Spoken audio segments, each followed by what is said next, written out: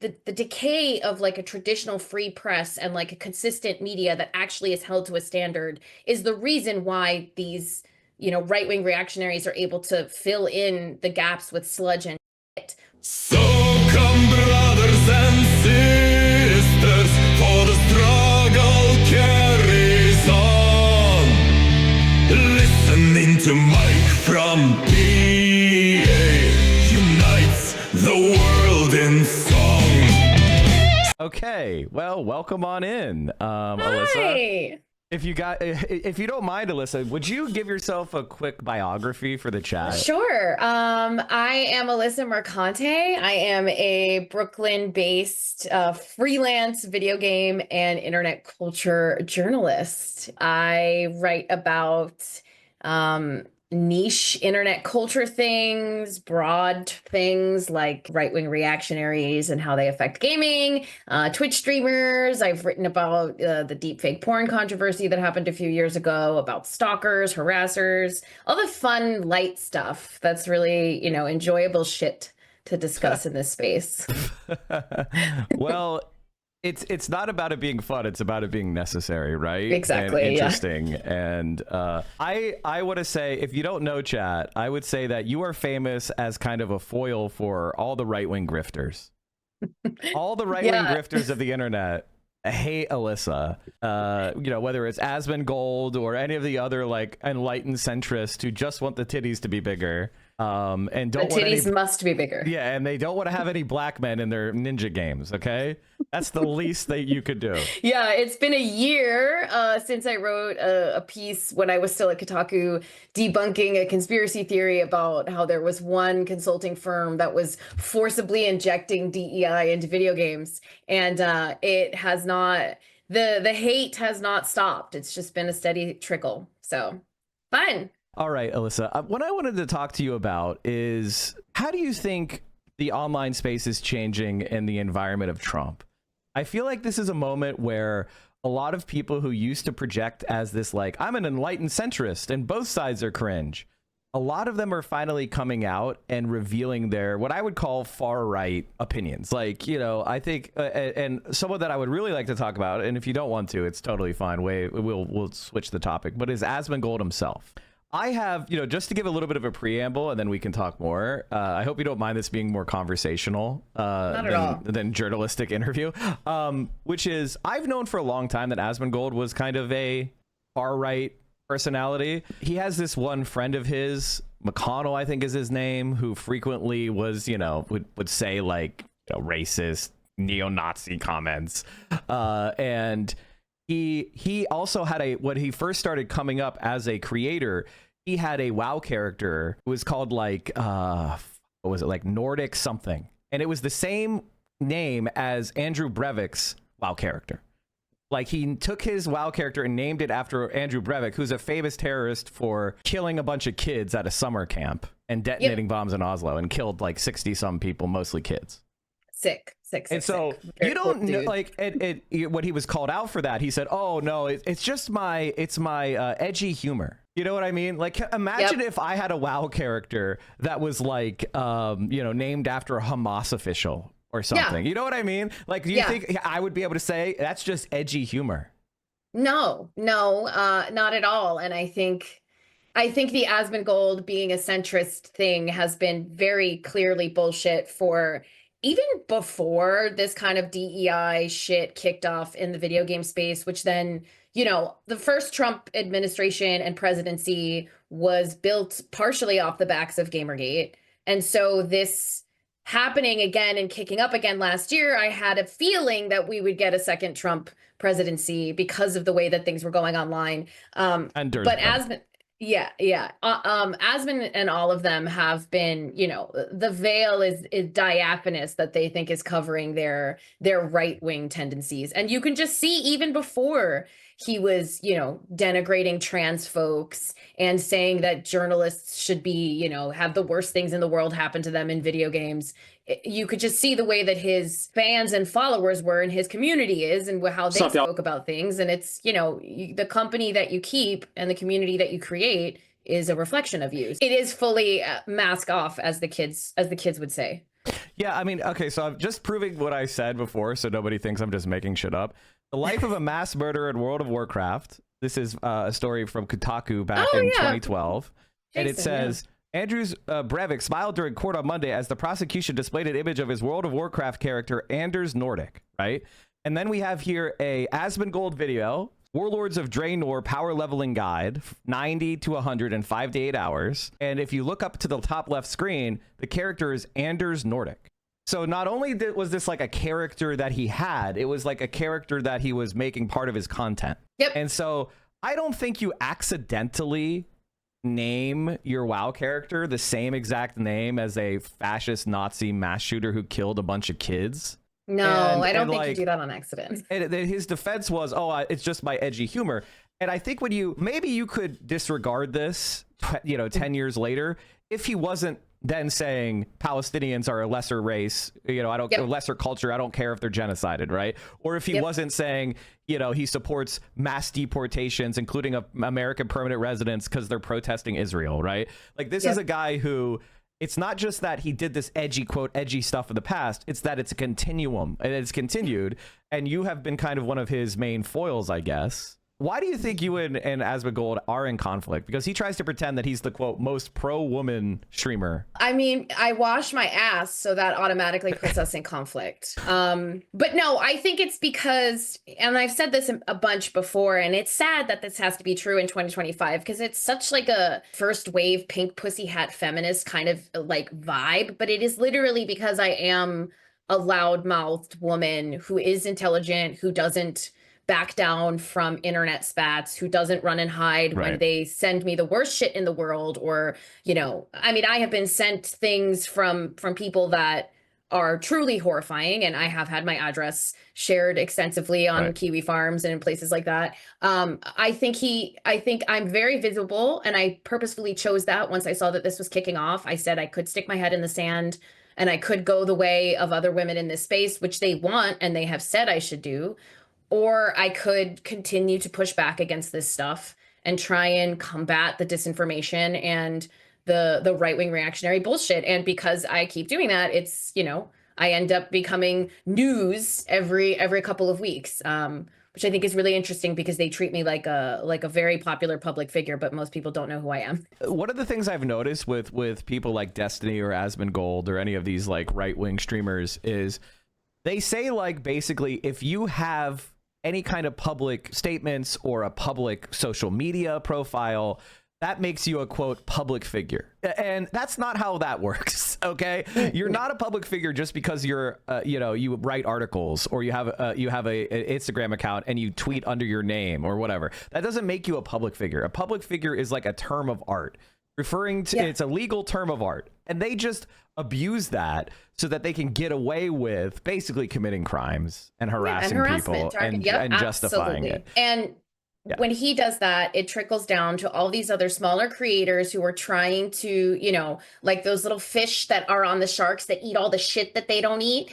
Yeah, that's what they're all trying to do. And when they do that, and I get angry and I get frustrated that there are, people on YouTube talking about my abortions as if they know why I had them or when I had them, or even any remote detail of that. When I get frustrated and say, this is not something that people should be talking about, the conversation is, well, she's a public figure. Well, she's a public figure and it's fair game. Well, she's a public figure and it's news. It's like, it's not news that I had an abortion in 2017. Like, that's not news. Well, right. And well, I think that's part of like the larger question. The main problem I have with Asmongold above everything is that he is the major gaming corporation's biggest ally. Mm-hmm. He's basically the guy who protects everything that makes gaming suck.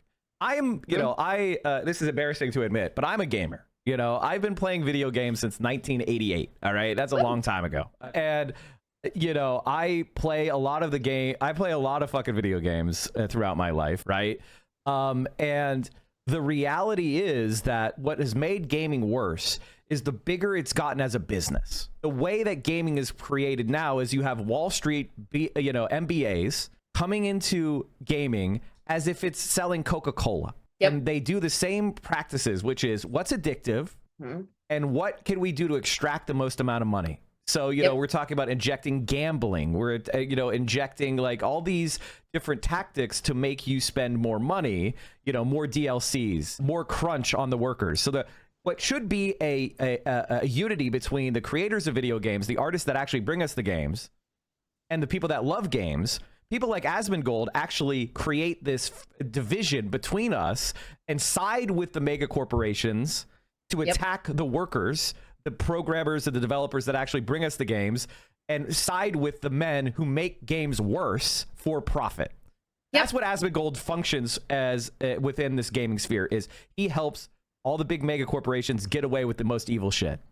Yep. And the people like him and other people who are aping his behavior, they do go after the workers. They go after the people on the lowest rungs of the ladder who don't have the financial protections to keep themselves off of these spaces, or to keep their information private, or even to just clap back because they're scared that the company that they work for will then pull them off to the side and chastise them for telling somebody who told them that they shouldn't exist because they're trans to eat shit. That's what they're doing. They're going after the people who have not even made those decisions. And that's what's so wild too, is that the argument that many of these Gamergaters and Gamergater adjacent people make is that, you know, they just want good games to be made and they don't want to be given poor products. And what's so frustrating, and this is definitely something that you've discussed on a political level as well, is that there's always like a nugget and a kernel of truth that they are just fundamentally misunderstanding the larger picture and what fed into that. And you are upset because there is a perceived decrease in quality in certain games, and you are getting gamed by these companies to make more money off of you. But it's not because there's a Black person working there or because there's a trans person working there. It's because some guy who has a golden parachute when this all fails decided we must make number go up, so let's make this a live service game. And that has nothing to do with the people who are developing and coding that game. Well, right. And like, you know, I talked about Asmongold. He said the other day that the vast majority of political violence in this country is left wing. You know, that's like one of those things that just patently ridiculous unless you're a total fucking moron. And, you know, I posted a couple studies showing that, like, you know, 60% of political violence in this country is right wing and 25% is left wing. And then the other categories that the studies put out were like religious extremism and ethno-nationalism. And it's like, those are all right wing. Those are right wing, so it's 75-25, even at the most, you know, fair reading of it. You know, it's just different types of right wingers who don't think they're right wing fighting with each other. It's like, yes, the Islamist is also a conservative. You know, he just has a different cultural conservatism that he's coming from. He's still a right winger, dumbass. The thing is, like, when people called him out on that, he just said, well, it's common sense. I see in the media that this is, and, you know, that's right, you know, and he's kind of spreading this anti-intellectualism as well as, and that's why, you know, as well as like doing misinformation for these big corporations. Right. And that's kind of why he's the perfect embodiment of American right-wing politics in this moment, which is this like ideologically incoherent, uneducated, somebody who's spreading misinformation and promoting a culture of anti-intellectualism and anti-truth in favor of what feels good. Yeah, and peddling that this is all apolitical when it is inherently political. I mean, I just like quote, well, I didn't even quote tweet him, but I screenshot this guy who's a CEO of a video game company that he's been paying for ads on X for a few months. I forget his name. It's like, it's in my tweet somewhere. Yeah, so it's this guy. I mean, his game wasn't even good, and people know that. He's the guy who made Lords of the Fallen, a game famously launched in like a fundamentally broken state. And he's been kind of doing this, oh, wait, there's like a whole resurgence of right-wing shit online. We make games, not politics. We stand for non-political and non-social agendas, no DEI in gaming content. It's like, that's a political stance. And it's people like Asmon and people like this guy who are saying things like, well, we don't want your politics in our games, which means we don't want Black people, we don't want trans people, we don't want non-binary options, we don't want gay romance options. That is a political stance. And pushing that as apolitical is their kind of MO. Yeah, that's kind of like something that I think a lot of people have a hard time recognizing is the main project of liberalism and neoliberalism over the last 30 years has been to kind of create this idea that the status quo is apolitical. Oh, and everything that's done to maintain the status quo, whether it's violent, whether it's legal, whether it is cultural, economic, whatever, that's just invisible, and that's the way things are, and that's the natural way of things. And the thing is, like, if you look at gaming, like when I talk about gaming early on, it was something that hobbyists were creating. It was something that people were creating because they were passionate about it. They didn't come to making video games because they were trying to make money. They came to making video games because they wanted to make games, and they had this new ability and new medium to do it. And it wasn't this like cash cow to make a bunch of money, right? And it later evolved into that. And as these corporations have become more and more libertarian and profit focused, as the shareholder capitalism advanced as the kind of like philosophy of our status quo. It didn't used to be that in the 80s even. Like shareholder capitalism, it was developed, which is the idea, if you don't know, chat, that the number one goal of a company is to make money for the shareholders. That is not how it was always thought of. Even in the 50s and 60s and 70s and 80s in America, that is not the way companies operated. They didn't just try to make short-term profits for the shareholders. They oftentimes considered things like the workers or the vision of, you know, the executives or creatives within the company. It was shareholder capitalism and that ideology, which is companies are only here to make as much money as they can. They have no social responsibilities, that created the gaming culture we have today, which is, as I said before, microtransactions, DLCs, crunch, releasing games that are broken, and doing things that are focused on maximizing the bottom line as opposed to creating games that are fun to play. Yep. And the COVID played a huge role in this because there was record profits in the games industry during COVID, during lockdown time, because more people were playing games than ever before because they weren't leaving their houses or their apartments. So you had an injection of new people playing games and buying games that was not going to last once we returned to normalcy or people had to start going back to work so that your bosses could confirm that you were working for them. And they went on a hiring boom, these video game companies. They decided to push forward on a couple of really ill-advised, kind of behind the times live service game pushes because they're still chasing that big Fortnite, you know, pie in the sky. And once they realized that even gamers who, like, no offense, are by and large some of the stupidest people in terms of like understanding anything other than their narrow purview of the world, once they realized that even gamers were like, I don't want to buy into this live service game that's not even that good, and games started failing like Concord or like Suicide Squad, Kill the Justice League, you know, and then the COVID profits were not sustaining all the way through, you know, 2022, 2023, that's when you saw these mass layoffs in the games industry, studios shutting down, games getting canceled. And so now we're at this really crazy inflection point of there is a crisis in the video game industry. There's a crisis of creativity. There's a crisis of workers' rights. There's a crisis of ideology. And then you have gamers who have turned their consumerism into an ideology as well, who are just angry that like boobies aren't big in games anymore. And I don't even think that's true though, because it's like even games where there are big boobies, it's like it has to be done in a certain way, right? Like the boobies have to be an object. It can't be boobies with a character who's also like assertive and is, you know, in charge of their own worldview. It has to be these almost like playing with dolls. Yes. I've always said that it's like they want to play with action figures, and it's right, because like, yeah, I mean, we could get into all sorts of like psychological shit that's happening. And like, you know, this is kind of the problem that I was talking with some people the other day about this, about the left in particular, and like men in general. And I might have a different opinion than you on this. I actually think like when women say men aren't shit, for example, they're right. Men aren't shit right now. Like they're hurting. Like they're not performing economically. They're not performing academically. They're having less sex. Fewer of them are having sex, and those that do have less. And they're more likely to, you know, be further behind in kind of life milestones. And this is there is a gender gap, right?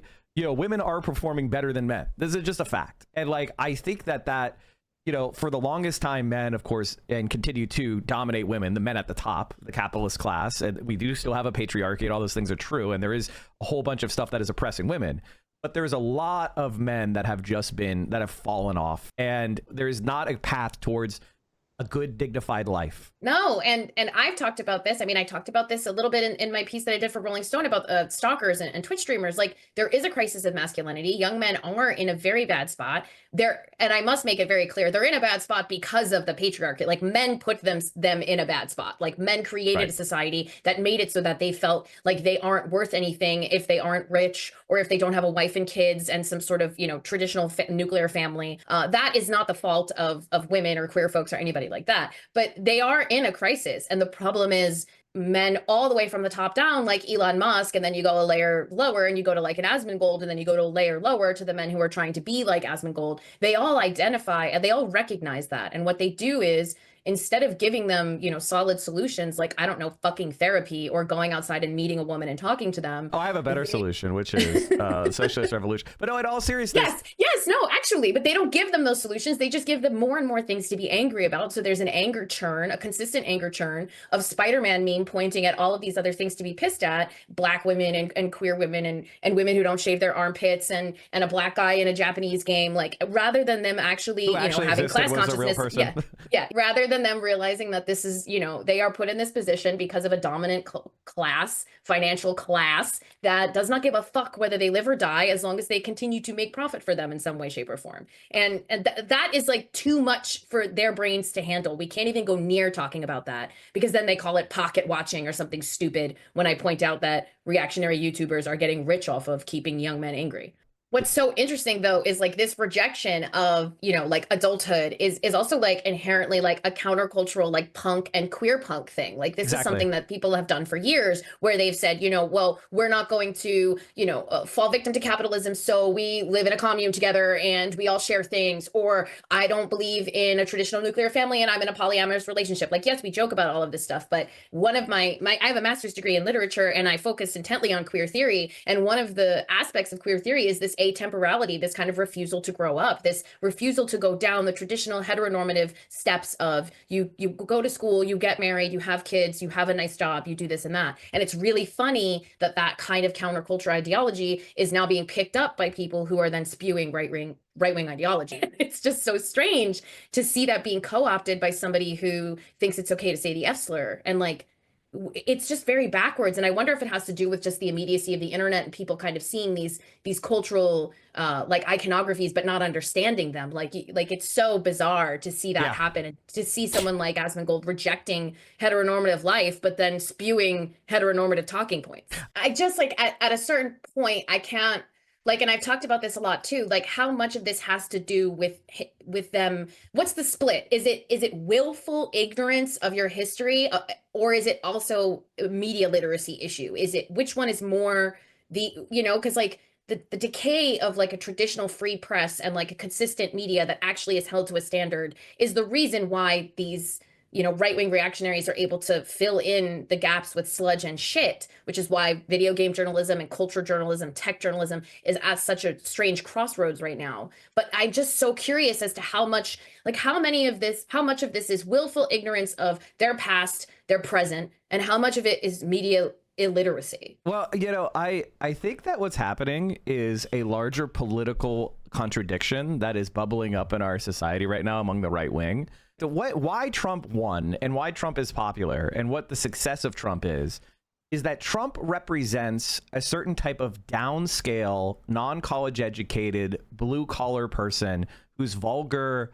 They like the fact that he's a little bit creepy toward women. Like, but he was at the end of the day, those guys leaned to the left politically. Maybe not all of them, right? There was a right-wing turn that's over time. The shock jocks have gone more and more right-wing. Up to, say, Obama, I would say those people kind of lean to the left generally. Not like leftists or anything, but just kind of downscale, vulgar, blue-collar guys, right? Yep. And, you know, union guys. They, at the end of the day, were voting for Democrats a lot of the time. Voting Clinton, 100%, yeah. And I think Bill Clinton was a good example of somebody who comes from that, at least. He had that feeling of like he ate McDonald's, right? He was a little bit chubby, and he got into this kind of. He cheated on his wife. He cheated on his wife, exactly. And he had these kind of like skeezy women, you know. Now that's not really. He was taking advantage of a 20-year-old when he was president. That's fucking weird. But you get my point, right? Yes. Like this kind of downscale vulgarity. That used to be something that punk is part of that too, or like, you know, motorcycle culture. That stuff used to kind of lean left. But now, you know, we had like the, you know, Sons of Anarchy were anarchist, almost like, you know, counterculture shit. That stuff is all captured to the right now. Yeah. And I think that's what Trumpism is. Trumpism is this kind of like the way downscale culture, as the Democratic Party has been the party of the media literate, as the party of the hyper educated. Both you and I have a professional degree, I have a Juris Doctorate, you have a master's degree. We're very much an up here.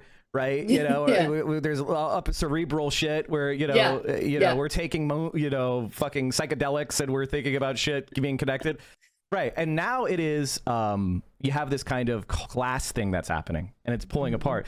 Now, the reason why I called it contradiction is they also have the white nationalist, Christian nationalist Puritans.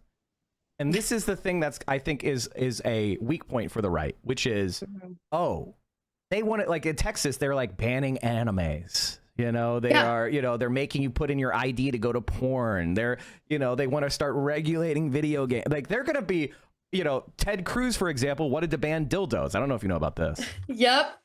And so I think that is the place that, you know, a Bernie Sanders style, like where we are more, we're young men and we're more talking about their problems and talking about their issues and talking about real shit that's class based and making their life better and being open to that kind of thing. We're not going to regulate your video games. We're going to make your video games have more tits, honestly. Like if we had our way, it would have all that and more. The contradiction point is huge that you're saying that, because that's something that they all forget, that like, you know, years and years ago, Fox News was obsessing over a sex scene that was like 2.5 minutes long, not even, in Mass Effect. Like this, they are completely contradict themselves. Like Trump is a womanizing skis ball that any sort of, and he has no religion. He's not religious. Anyone who thinks that this man is religious is dumber than I would think. But like, he is not the religious right. He has created his own beast. And you're right. I think that's what he's managed to pull these groups that were never right wing because they didn't jive with like well, we just want to keep Christ in schools and God everywhere. Now he's kind of like the skeezy shock jock guy who's in WWE, who's on the Howard Stern show. And they're like, oh, wait, I fuck with this. The other thing is on the right wing with like Andrew Tate and those other people. And like, so what is the virtue of somebody like Andrew Tate? And I'm going to compliment Andrew Tate. The answer is self-empowerment. He gives you this mythos of if you do this, this, and this, if you treat women like this, this, and this. Now, his shit is bullshit and it's all wrong. But he gives you this feeling of like, I'll be in charge. I'll be the alpha male. I'll be, you know, my will be effectuated on the world. I'll get what I want. Right. And so that's self-empowering. Nobody wants to be told, OK, the reason why you suck is because this gigantic infrastructure of international capitalism that has made you that you are just a bug compared to it. You were always going to be a failure and you're hopeless. Like that so many leftists, kind of spread. That's our analysis. Right. In a lot of cases. We don't give them anything to do about that. Solution. Yeah. We don't give them any solution. So if you're dying of something, and one person says, well, you have cancer and you're going to die. And another person says, here's snake oil and it'll cure you. You're going to reach for the snake oil every single time. So if we want to fight back against these people, I think that we actually have to have a movement that is offering them actual medicine. And we have to show them their lives actually getting better, which is the struggle, because we're not just fighting the right wing. We're also fighting liberals. And I've seen at small scale some things like this. And ironically, one of the women, Anita Sarkeesian, who was kind of the central, one of the central pillars of people who hated, people hated them during the first Gamergate. She had created a company called Feminist Frequency. And then there was an offshoot of that called, I think it's called the Games and Harassment Hotline.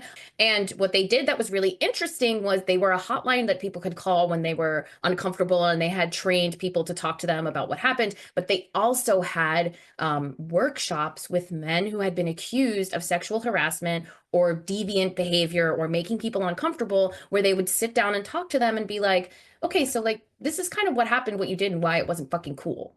And I think ironically that it came from a woman who has been so maligned in this space. And I don't know if many people know that she even did that. I think that's huge. And that was kind of an example of like, we can rehabilitate these people if we put in the work.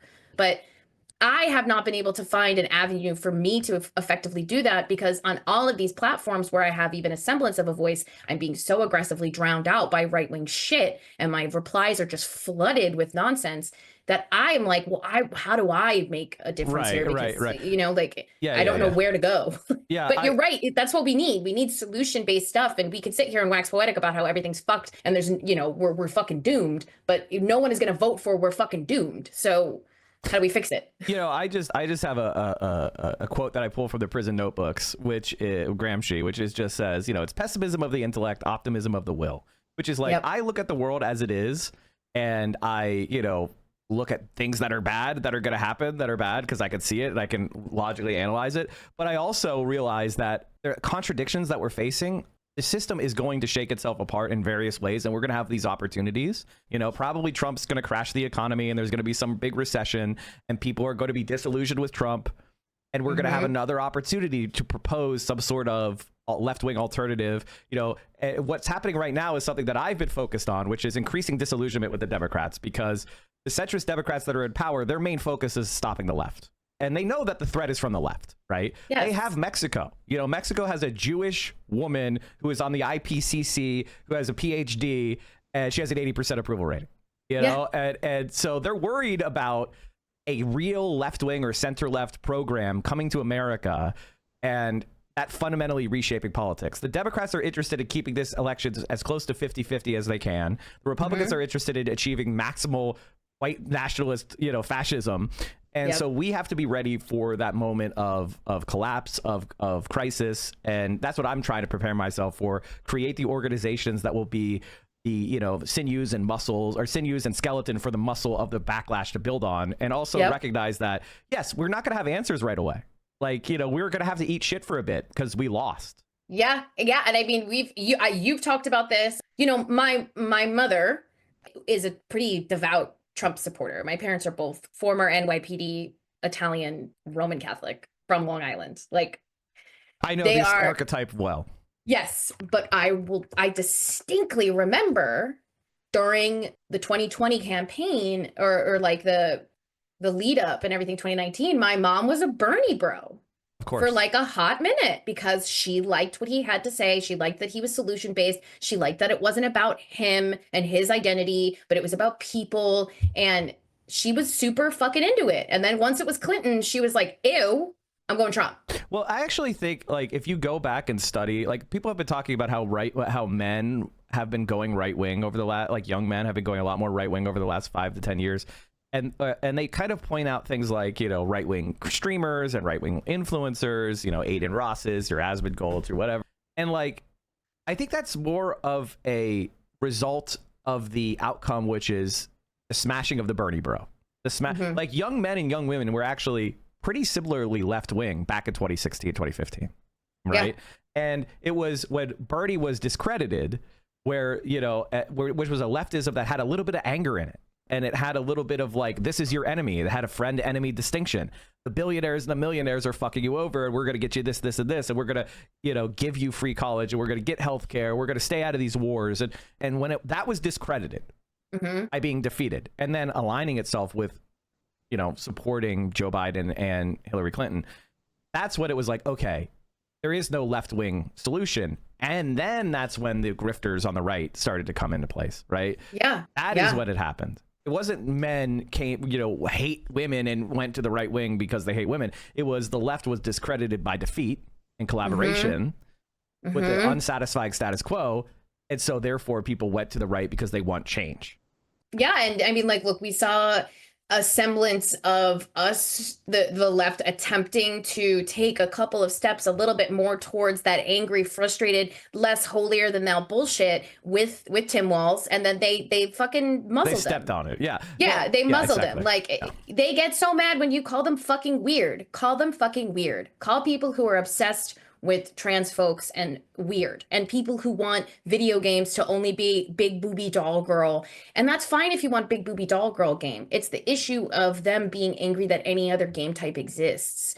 And as soon as you smush that again, and then you had, you know, Kamala, who had nothing. She had nothing to run on. She had no policy that really anyone can remember. It's like, what did you expect? You know, as soon as you had a little bit of teeth, you neutered it. The centrists need the right wing because they need the right wing to be as scary as possible. And the right wing likes to be scary. That's sexy. It's sexy to be dangerous. It's sexy to be scary. It's not sexy to be cringe. It's not sexy to be weird, right? Asmongold wants you to call him dangerous. He doesn't want you to call him a fucking, like, unwashed, you know, freak neat guy who, you know, hasn't taken a shower in 3 months, right? That's the message that, oh, go watch this guy. He never takes showers. You know, he has a rotten rat that, you know, whenever it starts to stink really bad because it gets in the sun, that's what he knows to wake up to start streaming. And the same way, the way they discredit the left and they do it to me, and I'm sure they do it to you, is they try to say like, oh, these people are cringe. Look at this time when they got embarrassed. Look at this time where look how cringe they are. They never get laid or whatever the fuck, because they're trying to discredit you without having to listen to what you say. That's why the weird thing worked so well, because being weird isn't sexy. Nobody wants to be weird. Being dangerous, they want to be dangerous. So angry that I made this listen, I was at Dave and Buster's Times Square yesterday. Don't ask why, but I was there. I had a very big Coors Light, and I saw this tweet from this guy being like, reminder, we make games, not politics. And I was like, dude, this is loser behavior. Gamergate, Trumpism, the alt-right, it's loserdom. It's dork-ass loserdom. The internet made them think they weren't losers for a little bit because they all found each other. They're fucking losers. And they went off. I mean, I have trying not to look today, but it's like, you know, Mark Kern Grums being like, Alyssa Mercante attacking a developer. It's like, dude, I called him a fucking loser. This is not an attack. This is not harassment. Please look at the things that I have been showing you I have been getting for a year that you've said isn't harassment and isn't an attack. They get so angry when you just say something as simple as, this is a loser. This is loser behavior. You sitting here saying our games will never have DEI. It's a loser behavior, and you're so obviously capitulating to a group of people. He's paying for ads to say this on Twitter. It's like, you're a dork. Why don't you show me an ad of the gameplay, bitch? Like, yeah, dude, you can. Well, it was fucking fundamentally broken when it launched. The game was shit. Exactly. It was like if Dark Souls took a fucking Ambien. Like, it was not good. Like, no one liked it. Cool. So make your weird game, but this whole we make games, stop it. Like, it's so transparent, dude. But no one can see that because there's no nuance on the internet. And I do feel like I have gone mad over the last year of having to be so deeply embedded in this and having to like think like them a little bit. And, you know, it has been the strangest year of my life going through this, because it is like, how do you not see what this is actually at face value? I think just make your game. That's like all we've said before, is then just make something. I mean, Mark Kern is a prime example. I don't know how much you know about this man. Not that much, other than his very disturbing avatar on Twitter. Yes, I describe him as, if you've seen that scene from Broad City when they're cleaning that man's apartment in their underwear so that they can afford Lil Wayne tickets, and it's Fred Armisen, and he comes out and they're like, give us our money because we want to go buy tickets. And he's like, I'm just a baby. I don't have any money. And he's like a grown man with no pants on and a sweater. That's what I am reminded of when I think of him. He has, he worked in the video game industry for a chunk of time. I believe he was a middle manager. And then he started his own studio, and then he very quickly with the new studio that he started, from what I understand, spent a lot of money on a lot of frivolous things, including a several $1 million West Coast Customs bus that he wanted to be like a LAN bus for this game, and paying for this huge studio that people were shooting music videos on, that they were going to do live action cutscenes for, that he essentially tanked the game, was kicked off of like the board, and then started railing against woke. And for the last 6 or 7 years, he's been raising money to make a spiritual successor to this game, and essentially just been like regurgitating the same several assets while raising several $100,000 to do this. And it's like, well, you're the one who's literally supposed to be making the anti-woke game, and it's been sitting in dev hell for 8 years because you're on Twitter until 3 o'clock in the morning, by your own admission, arguing about wokeness in video games. So you wouldn't care. I mean, it sounds to me similar to what you would do to crowdfund fraud, right? Where you just kind of like, you put up the bare minimum to keep yourself out of court, and you could just take infinite money because these people don't own equity. And like, that's the kind of gaming culture we have now, which is, you know, there's so many people that are bad faith, and there's so many people that are grifting, and so many people that are stealing money. And so it becomes hard to trust anyone, which actually helps them, right? Yes. Because the more people are scumbags, the more people are unreliable, the more they could say everybody is that way. Everybody's a scumbag, because, you know, look at all these examples of bad people. Doesn't that make you hate people? And so they create this like beautiful world of post-truth conservatism, you know, so-called postmodern conservatism, where you know, what is true is what people believe. What, Yep. you know, and as opposed to something that we could empirically measure in the real world and like point to factual evidence and history and measurement. They don't want that, you know, No. and they want to live in a world where their perceptions and their instincts and their intuitions are what's true, and your intuitions or your evidence is lies and propaganda. Yeah. And that, I think, has been the most maddening thing about all of this, is this was the facts don't care about your feelings crowd. And now they're going on, you know. My feelings show that your facts are wrong. Yeah. Literally. I mean, if anyone in chat hasn't read this, I would highly suggest reading Meme Wars. It is the book that I have been using as my main source of research for my book that I'm writing about, this like second coming of Gamergate. But it's all about how these online spaces in this post-truth world were sort of, you know, helped meme Trump into the presidency and into the White House, because it was, you can't believe anything you read online, except maybe you could believe that there are children being sold in furniture. And that the Democrats have a pedophile sex ring in the basement of a pizza place. And maybe you believe that, but you can't believe any of the facts that we're showing you, that the rich are getting richer and you're getting poorer and we're eliminating the middle class. Like that, you can't believe. Anybody who's like a left-wing content creator, though, has seen some version of what happens when you push back against this shit. Oh, yeah, for sure. For sure. I mean, you know, when people attack me, they don't spend a lot of time talking about what I say, which is very interesting to me. Like, you know, the best debate bros of the alt center or, you know, right wing, they're not like oftentimes taking what I say and kind of responding to it. They'll try to get a clip of me, you know, speaking passionately or emotively, as opposed to like, what's Mike's argument here? And let's evaluate that to try, you know, and show the intellectual fallibility of what I say, right? There's not much of that, because they understand that they are not equipped.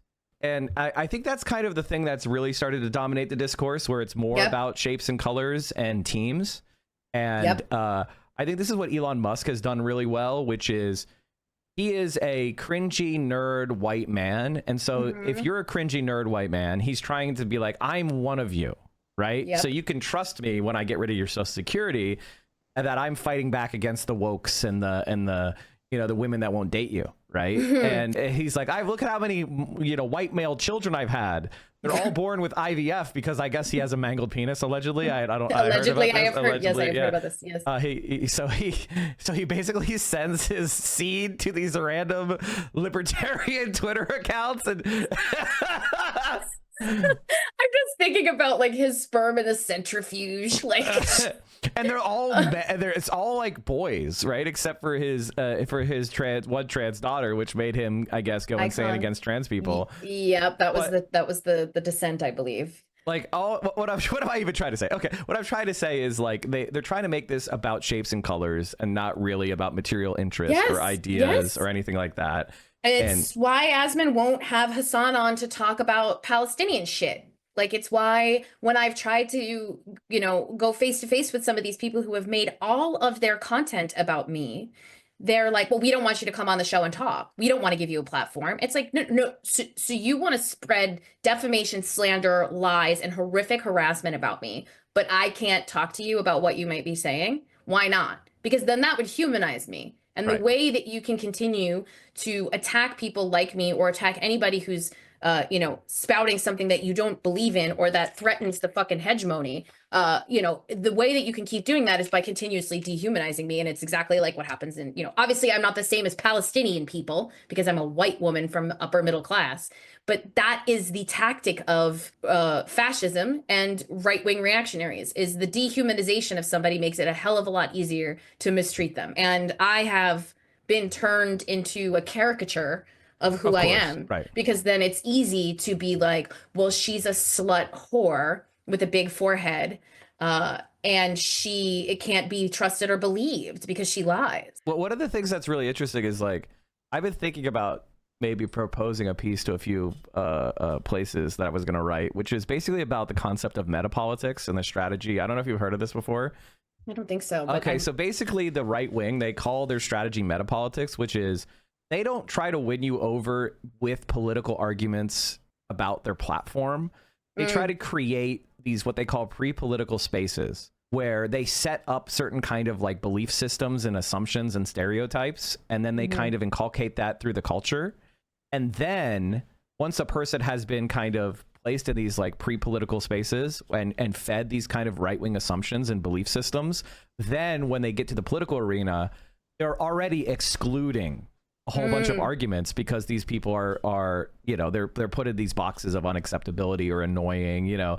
That's why so many of these guys call themselves centrists, right? Because if they said, I am a far-right extremist, Asmongold, and I believe in the white race is superior, has a superior culture over the Arabs, and I want to, people would be like, what is this political fucking extremist weirdo, right? But if you set yourself up as, I'm taking in all the rational arguments from all sides, and you know, they have agendas, and I have no agenda. It's about building that trust. But they create these kind of, you know, so-called pre-political spaces, and that's why they hate Hassan so much, because he disrupts that.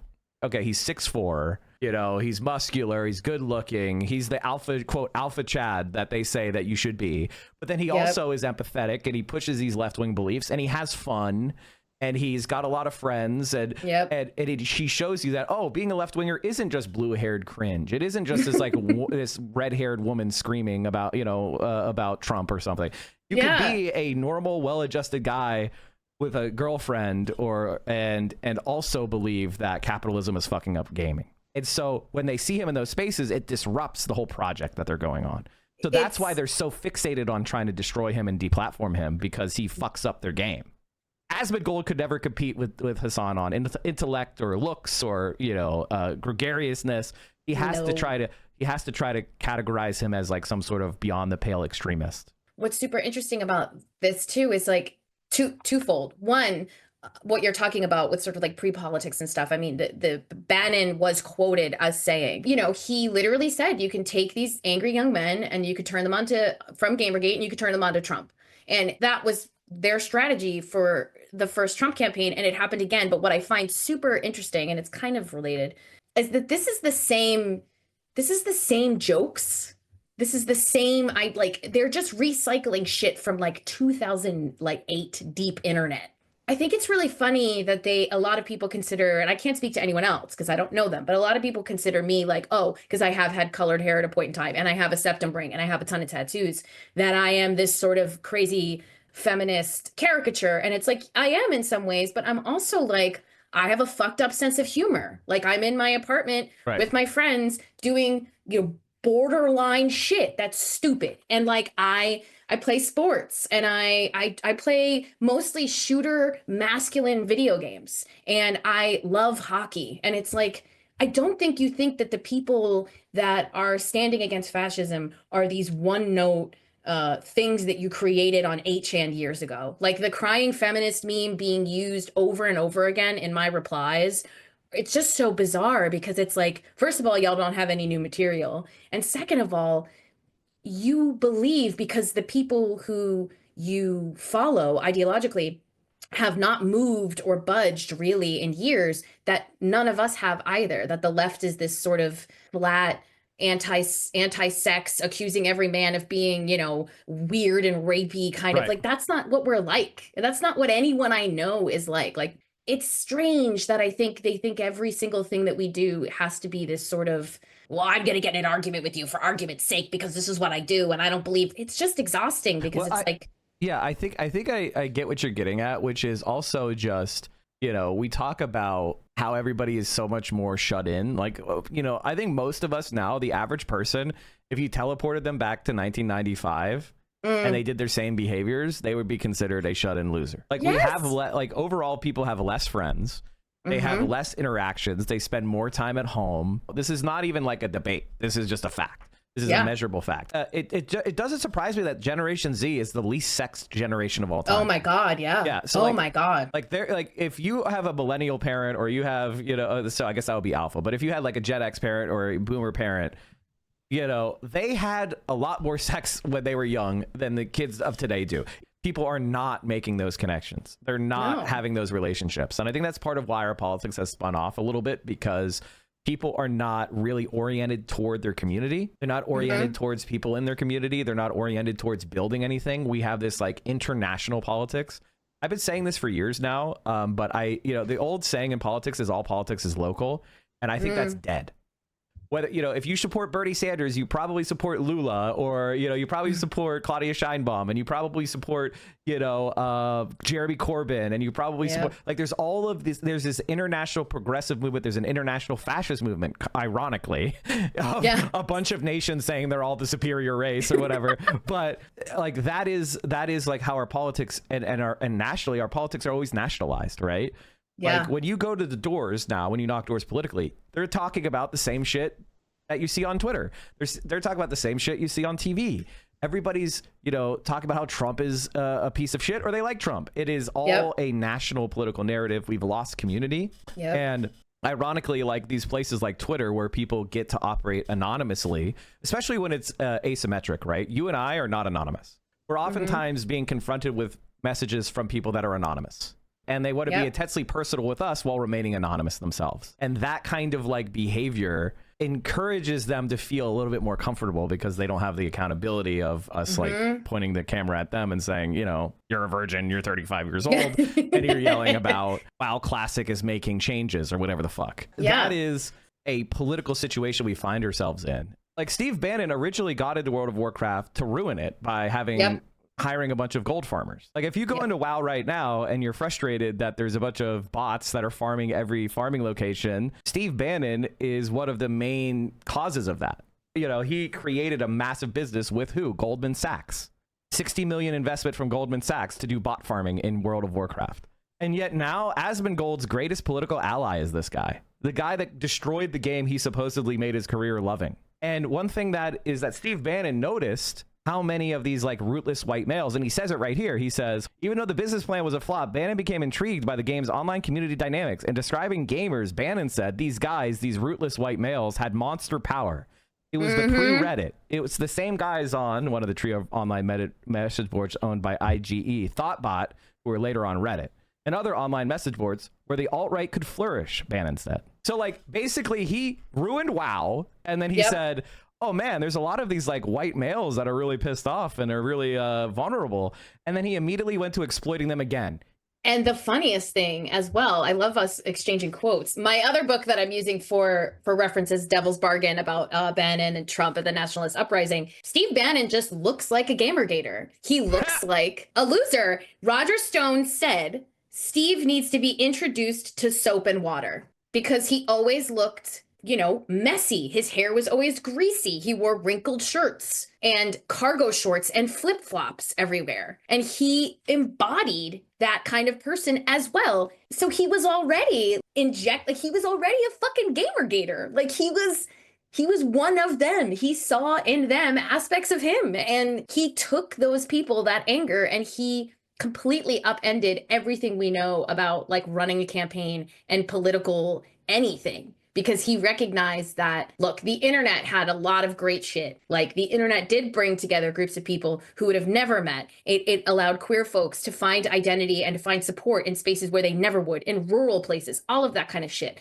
But it also allowed for the people who would have, in the 70s and 80s just been the weirdo in your hometown that still lives with his mom, and everyone's like, oh, that's strange Carl. Yeah, he's a bit odd, that one. It allowed him to find all the other strange Carls around the world and get angry that they were the strange Carls and point it at somebody else. And that's why, all of these aggressive, strange, dark corners of the internet are like 8chan is the place where shooters put their fucking manifestos, because they found each other in these weird spots. They found anger, which then turned into them finding racism and fascism and xenophobia, and all just agreeing that this is what they were going to be mad at. I think the one thing I would add on to that is that there's a lot of guys who are marginal Carls, right? Yeah. Which means maybe they could have been a Carl, but if, they go out into the world and then they run into like, a waitress at their diner, and she kind of takes a liking to them, and then they start dating. Maybe they didn't date 15, 20 women or something, right? Yeah. But, they didn't have a lot of girlfriends, but they got one.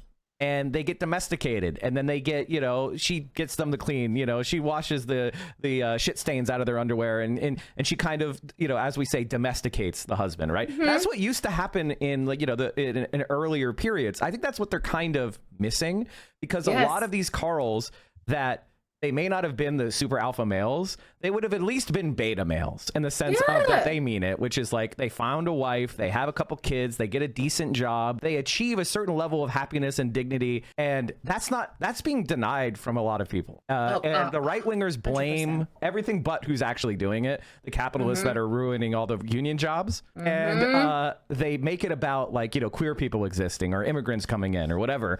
That's what I think these communities, that's the toxic nature of them, is they're turning a lot of guys who may not have been the alpha chads, but who might have been able to live a good life had they been given that opportunity to find success in their life, and turning them into, they're growing the number of guys who are Asmongolds. Right? Like it's more people that were marginal that who might have fallen into that are all falling into it because they're creating these self-fulfilling prophecies of, you're only 5'9", that's way too short. And I'm like, bitch, I'm 5'9", I never had a problem finding a girlfriend. Like, what are you talking about? This is like, yes, and I make jokes about short men all the time, but like, I used to be married. I was married to a very short man who I met in a bar because we went out places. Like, it's like, that's something that I said when this first started, when these people were getting very angry at me and finding all of my old pictures and all my old posts and obsessing over me. I was like, these kinds of people who are angry about wokeness and video games, they are not people who I would ever see at my coffee shop on the corner, who I would ever see at the local, who I would encounter at the park with their dog. And that is poisoning them. And what I see as well, I see in a lot of these really dark corners, this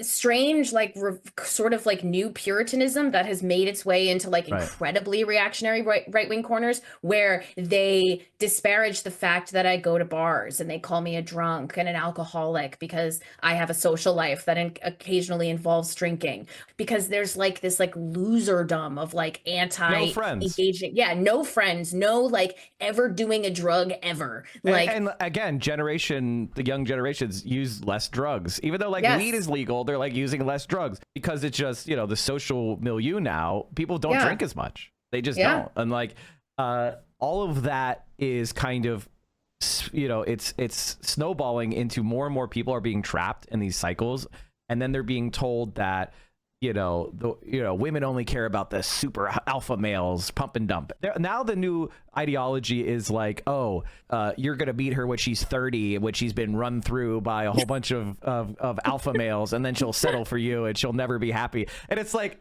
this like weird existential fear of abandonment, of rejection, of not measuring up. It's like this toxic self-fulfilling prophecy of misery.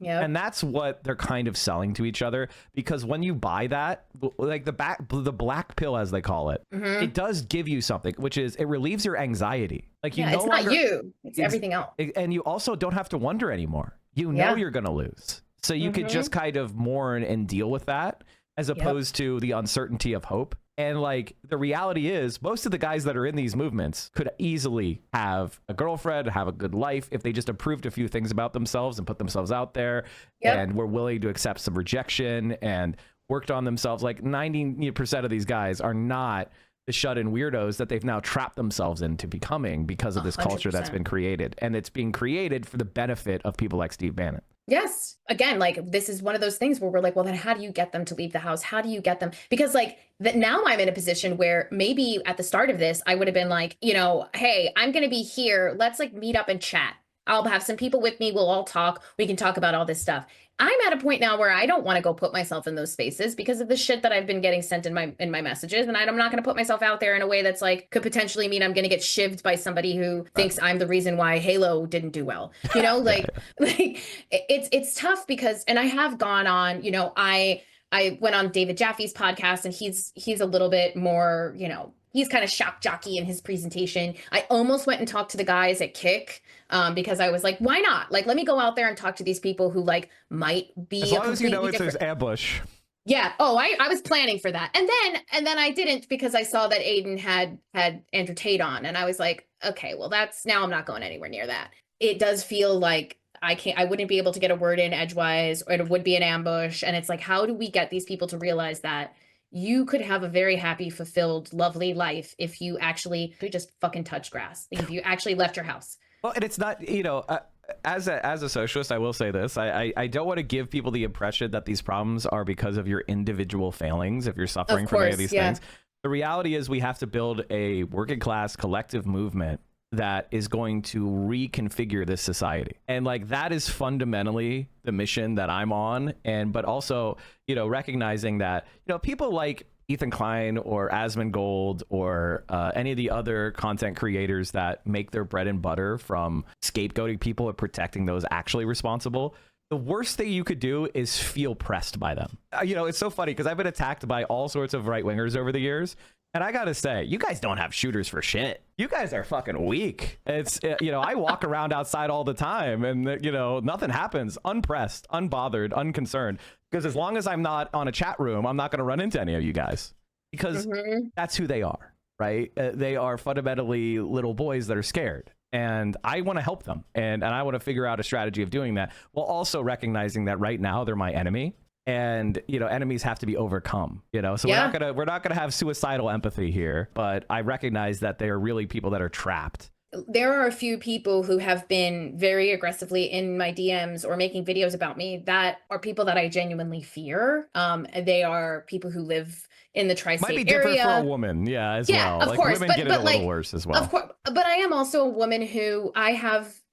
You know, I was raised by cops. I know how to protect myself. Oh, yeah, exactly. Yeah. You know, I have protective items. Me too. But some of it has still been very scary. But then, yes, there is also that other aspect of it where, you know, a large chunk of these people who are threatening me online or just saying horribly weird things about, you know, my body or sex or something like that.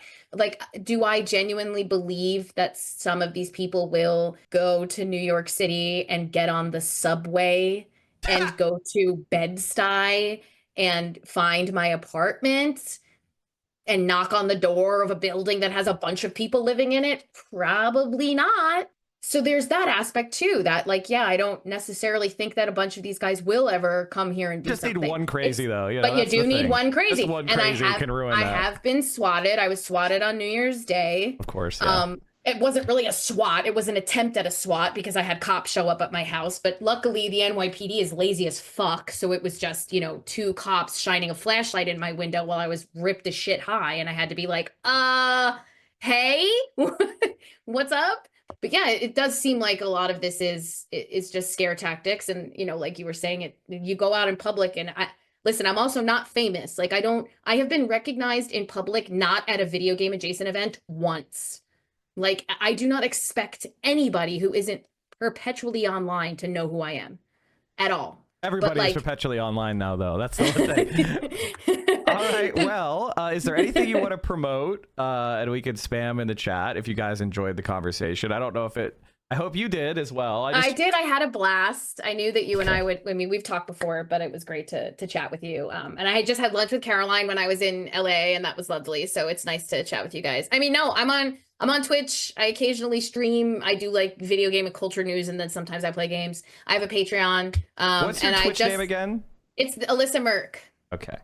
And I just published a new piece in Rolling Stone that went live while we were talking about foreign-born game developers traveling to San Francisco for GDC last week and the anxiety that they had around doing that during the Trump administration. But yeah, just keep reading my stuff. And if you ever see anyone in the comments being mean to me, you know, block them. Yeah, yell at them. Tell them that I'm nice. I think a lot more people who have platforms could be vocal, and obviously don't go tit for tat with people on Twitter. It's exhausting. But yeah, you know, I am good. I do a little bit sometimes too. I am good at my job. I'm smart and capable, and I did not get into this career by sucking dick, contrary to what some people might have said or believe. I did though. I knew.